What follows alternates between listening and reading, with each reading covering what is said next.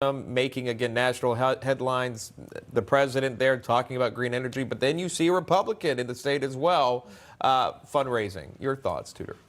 Well, I'm thrilled to see a Republican there because we were able to take back a few blue seats in the state of California in 22, a few congressional seats. So it looks like California there are people out there that are supporting Republican and conservative policies. So I'm glad to see Governor DeSantis going out there and making sure we're taking back some ground there. But I think Gavin Newsom is very interesting because he says he's not campaigning. I think you used the operative word there, yet. They're waiting to see what happens with Joe Biden. But what else could happen? I mean, they may decide that they're going to push Joe Biden aside at the last minute, and then he will be the one going up against DeSantis or whoever is running at the time. And you know that Governor DeSantis has made it clear that he's saying, listen, if you're going to get in, get in. So he's preparing. I think that the other Republicans should also be preparing to go up against Gavin Newsom at some point. Okay, a really interesting perspective there. Of course, they're meeting with donors also in California, so that might also be a motivation as to why they're making the trip out west.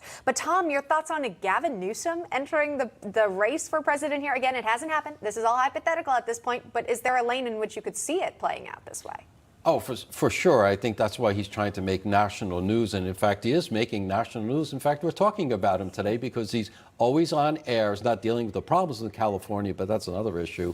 He's also taking on, obviously, Governor DeSantis. He's trying to get his name recognition out there. And to Tudor's point, we don't know what's going to happen with Joe Biden, but then Newsom would be next one up. Another scenario is if RFK Jr. starts really gaining in the polls, then it may open a lane for Newsom that it wouldn't be so horrible for him to jump into the race. And then we also have to worry about that investigation with respect to President Biden, whether or not it's alleged that he took a bribe. So all of a sudden, if the DOJ or FBI says, oh, yeah, maybe there's something to this, there goes President Biden into retirement. Well, so there's a lot of dynamics going on there. Well, there's not just that. Obviously, the DOJ is investigating the current president of the United States for his handling or mishandling of those classified documents. There has been no announcement from special counsel yet whether charges would be coming down or whether they're not. They did so with former Vice President Mike Pence, claiming that there will be no charges brought forward to the former VP. But again, it's still waiting on any update on that investigation there for the current president and his handling of classified documents. We'll go back to talking a little bit about campaign issues, if you will, bringing back up Florida Governor Ron DeSantis. He was out campaigning in Nevada over the weekend. He went to a bar in Reno, got behind the counter, serving a few customers, and here's what he said he's not going to serve. I'll serve you anything except Bud Light. He will serve you anything but Bud Light, having a chummy moment there. But again, obviously a very serious moment for Anheuser-Busch and for those that are no longer drinking Bud Light.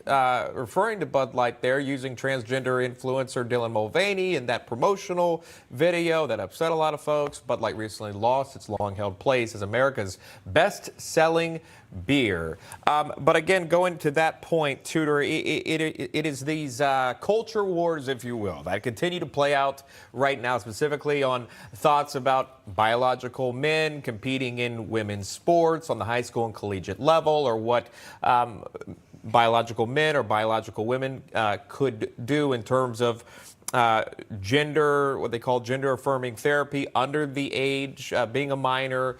But this has become a hot topic. Do you think this is going to be a topic on the campaign trail, Tudor? Yeah, absolutely. I mean, you just saw Ron DeSantis talking about it there. It's going to be a topic, and Republicans need to make sure that they're focused on what the country doesn't like about this, and it is targeting children. And that's why Target, no pun intended, but people have decided to stop. Many people have decided to stop shopping at Target because they were targeting children, not only in what they were putting out on the shelves, but also in their fundraising or in their giving. They were giving to an organization that is placing books that some have argued are pornographic into schools. The same with Bud Light. They hired an influencer who has been talking about girlhood rather than womanhood. So it's targeting children. We'll hear a lot of these politicians saying, we're not going to be targeting children, number one, and we're not going to be targeting women's sports. Those are two winning issues. When you get into the fringes, the outside of that, then it's a little bit more of a gray area. But when you're talking about strictly children and women's sports, that's where conservatives have the right message. Yeah, and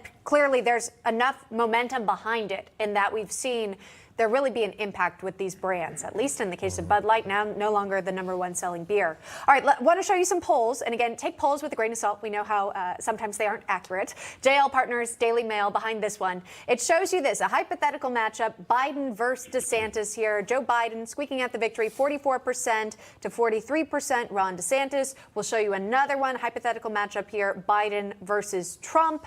Biden 46%, Donald Trump 44%. So overall, still, again, according to these polls, this was June 12th through the 15th here, Joe Biden takes home the win. But Tom, talk to me about the numbers you're seeing here on the screen, how much you're reading into these polls.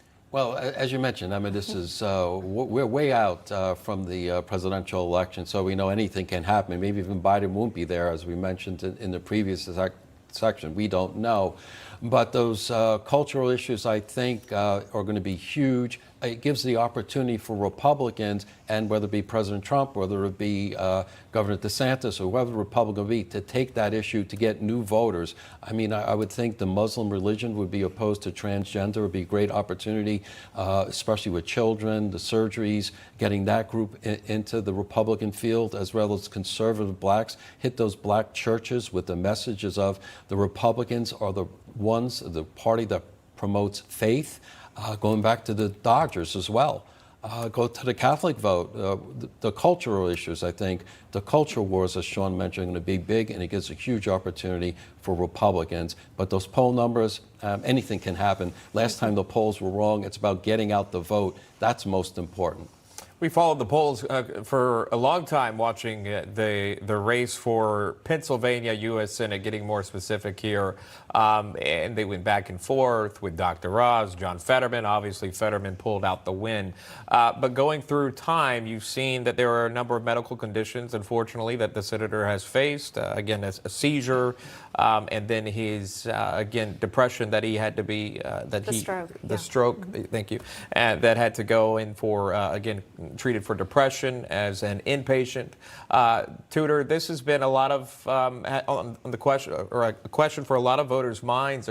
Is he fit to, run or to keep his position in office? You've seen him appear with the president in a hoodie, wearing shorts, while others are there in suits, struggling to speak this weekend in Philadelphia alongside President Biden, talking about that collapse on I-95. Tudor, if you could talk about that, it's a sensitive topic. But how do you discuss this, because it is a serious issue, the concerns that voters do have? Yeah, I think you're in a situation where you have a man who is younger, who has suffered a catastrophic stroke and potentially has long-term effects on whether or not he has the cognitive awareness that other folks have. We're not sure exactly. We're not getting the medical reports. And that's where the American people are saying, well, there's obvious problems with communication. Is it two-way or is it one-way? But the concern here is that Democrats are unwilling to come out and say, you know what, we want to support this man. We want to make sure that he has the medical attention that he needs. And so we're going to say right now that this is not the best career for him. It's a high-stress career. We're going to take care of him, but we're going to appoint somebody new, because they can't do that right now. They have the same situation with the President of the United States. And if they're willing to come out for a young man who clearly needs some medical attention, then they have to also come out for a man who is much older and suffering with potentially dementia. And they're just unwilling to do that. So this puts John Fetterman in a very uncomfortable position as he struggles through his inability to communicate appropriately. I mentioned this the last time we were discussing, again, that soundbite of John Fetterman addressing the crowd near Interstate 95. The lack of media curiosity when it came to the campaign trail, right? You've got to be transparent with the voters and say, this is really who the candidate is. This is the struggles they might have. And just so you know, before you go to the ballot box and cast your ballot. And Tom, I'm wondering again, John Fetterman, he's got his seat now, right? The Senate serves 6-year terms. But for the current president of the United States, is there something the media can do to follow up on maybe questions voters might have about how the president is faring right now? I mean, we heard him over the weekend say, God save the Queen, man, and no one seemed to know what he meant by that. Yeah, Emma, that's a great point. God save the Queen. God save the United States from Biden and the Democrats. That's my view. No, it is a serious issue. And to your point, it is the failure of the media to do their due diligence, to do their basic job. Too much of the media is focused on essentially just spewing out propaganda for the Democrats. Any logical, I mean, there could have been so many Pulitzer Prizes for doing real investigative reports. Instead, they got Pulitzer Prizes for the Trump-Russia collusion, which we now was fake. So the whole media landscape, a lot of it, let me correct myself, a lot of it is really twisted. They're into the propaganda game, and essentially they're ripping off the American people, because if you watch the wrong channels, you're not getting the right information, so you cannot make an informed decision with your vote. Well, we appreciate you both weighing in today with your thoughts and your political analysis. Tudor Dixon, Tom Borelli, thank you very much. Thank you. You're welcome.